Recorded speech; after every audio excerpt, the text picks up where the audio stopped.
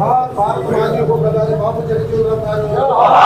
భారత మాజీ ఉప ప్రధాని బాబు జగజీవన్ రామ్ గారు. భారత మాజీ ఉప ప్రధాని బాబు జగజీవన్ రామ్ గారు. భారత మాజీ ఉప ప్రధాని బాబు జగజీవన్ రామ్ గారు.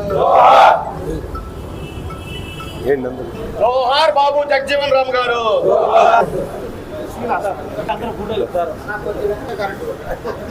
నేను బాబురావు దా కొద్దిగా వెడల్ చేయండి, అందరు వస్తారు. పూలే దా పూలే భాస్కర్ ఏమా చిలిక వేసావా సుందరన్న? ఎవరున్నారు ఇంకా? రవి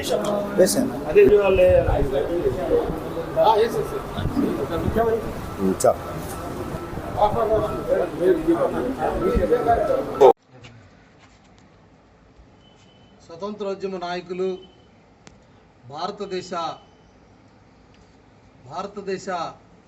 తొలి కార్మిక శాఖ మంత్రి, బాల్యం నుండి కూడా వివక్షను ఎదుర్కొని ఆ వివక్షకు వ్యతిరేకంగా సమానత్వం కోసం తన జీవితకాలం అంతా పోరాటం చేసినటువంటి పోరాట యోధులు.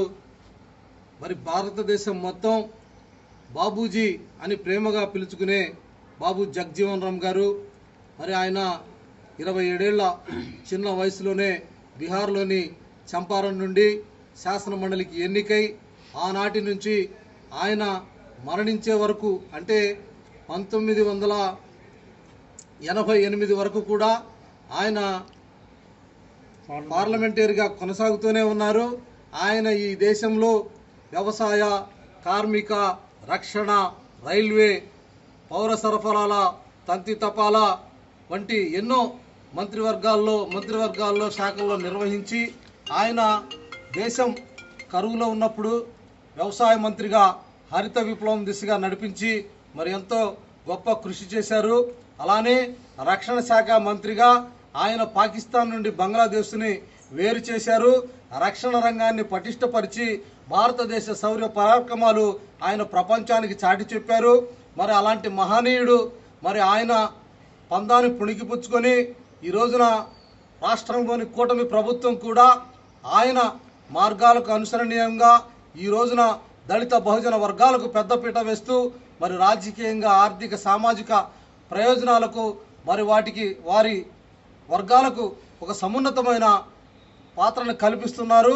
అలానే ఎస్సీ, ఎస్టీ, బీసీ, మైనార్టీ వర్గాల సమున్నత కోసం ఈరోజు ఎంతో కృషి చేస్తున్నటువంటి తెలుగుదేశం పార్టీ.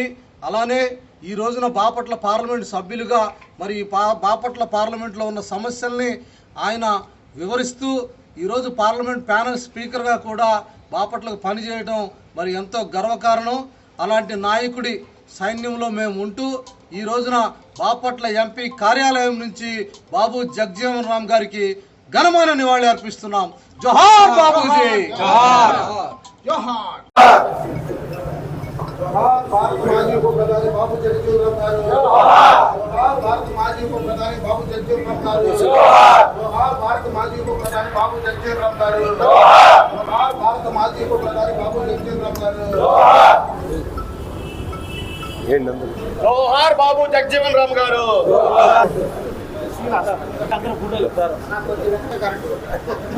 నేను బాబురావు దా కొద్దిగా వెడల్ చేయండి, అందరు వస్తారు.